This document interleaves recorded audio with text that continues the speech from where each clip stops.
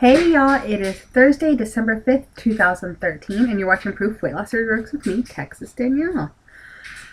Sorry I'm getting this video out late. I worked, I went in early, worked a full 8 hours, so you can get me now. The good thing is my face is still all done up for you guys.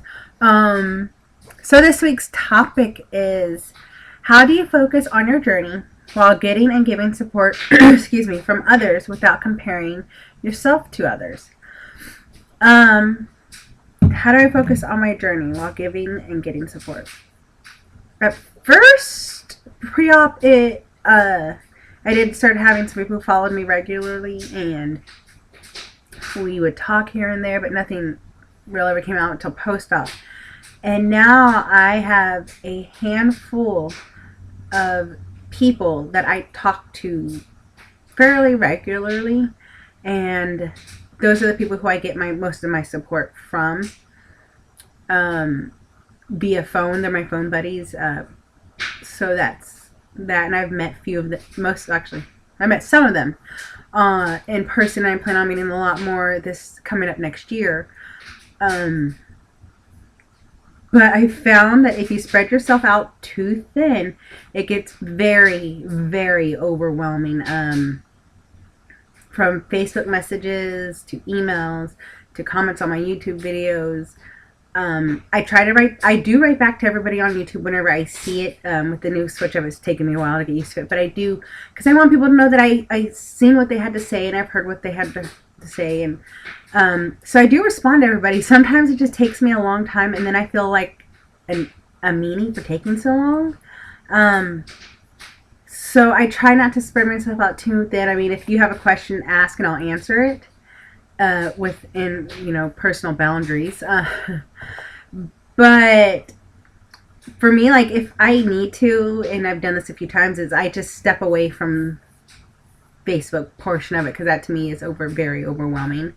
I do get on my weight loss Facebook about once a week. I'm getting better at it, but there are so many awesome weight loss surgery peeps out there who are supportive and stuff, and I like to learn from them, and vice versa. I like to think that people are learning something from me,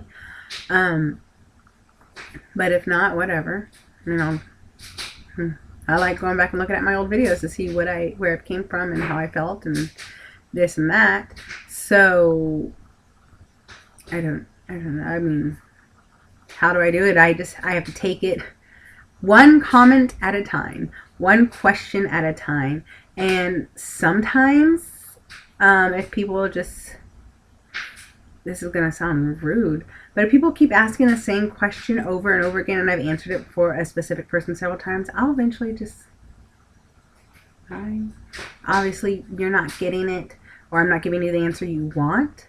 I have no problem telling people, go ask your doctor, because my clinic, my surgeon, my tool, my lap band is completely different than what your surgeon says and what this surgeon says and this and that. And I mean, my doctor is the best in Washington,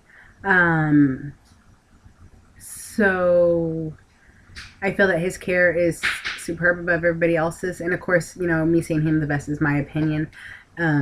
He's on several boards and he has a bunch of credentials, but I feel my surgeon is the best. And if he said you need to do 40 jumping jacks a day, I would be like, what time of day do I need to do it? I just go by what he says. Granted, I do research it, and sometimes I come at him with, hey, I saw this, or hey, I've heard this, or I've researched. Just in my looking, I'll ask my doctor anything. I ask them anything if I have a question about my tool or weight loss or this and that. And they answer my questions, but I usually have done research beforehand, just so I could say, if I say this, or like whenever he did my surgery, I asked him how many sutures he puts into my lap band or around it, and he looked kind of surprised that I even asked. because apparently not many people ask how the procedure is done. Why aren't people asking what's done to their body? I don't know. So I ask questions, and if people are asking me the same questions I've asked my surgeon, if I'll answer for them and say my surgeon says. So if they, decide to do what my surgeon says, they'll do whatever. But I never say that I'm a medical expert. I am not a lap band expert. So, everything that I give advice on, I hope people will take it with a grain of salt, because I am no expert. I am only 45 weeks post-op lap band. I haven't even made it a year yet. And I'm still kind of like just wandering out in the middle of the ocean trying to do my best. And then how do I not compare myself and do that with them? For me, I feel a little competition is necessary to make us better. I have a lap band Twinkie, same surgery day, and she is an amazing person, and I love talking with her. But she's lost more than I have post-op. But she started at a different weight than me. She has a different lifestyle than I do. She lives a different life than I do. And in comparison, I had less to lose post-op than she did post-op.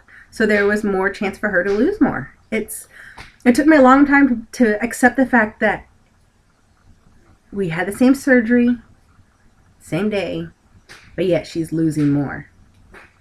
And to me, it's a good competition to have that somebody there, and it's nice to I don't know, like, I just see the odd things of like comparing like insanity results compared to other people's, or someone doing jumping jacks or push-ups compared to like two people doing the same thing. How the bodies change in general. I don't look at it as you're better than this person. I look at it as, I wonder why their shoulders got more definition while this person's biceps got more definition. I think comparison is a good thing if you look at it in a broad spectrum of why did this happen, why didn't, almost more scientific. Like I have compared myself to people and their success, and it got me down. And then I'm like, why am I even doing this to myself? So I kind of just flipped the switch and said, no, don't compare yourself. It's my journey, my pace. It's my lap band. And my goal weight is completely different than somebody else's goal weight. And so if they reach goal first, what am I going to be jealous that they got to their goal first, which was completely different than mine? That's just completely absurd. But I know it happens, and the best way I say it is whenever you notice it happening is take a step back and look at the facts. How far post-op are they? How active are they? What kind of foods do they eat? What are they eating? When are they eating? When are they drinking? What vitamins do they take? What supplements do they take? Not only can you look at it to finally get yourself around the fact that it's okay that you and Joe Schmo are not the same, but you may learn something that helps you out too in the end. It might be the best little thing you've done for yourself. So that is how I deal with it and try to. Other than that, I think that is it. That is how I see the question this week. Sorry for being in a jacket. It is like 53 degrees in my apartment. It is really cold in Washington, so I stayed bundled up. All right. I hope you guys have a great week. I hope everybody had a wonderful Thanksgiving. 3 weeks till Christmas. So, yeah. All right. I hope you guys have a great week, and I'll see y'all next week for another Proof Weight Loss Surgery Works. Bye.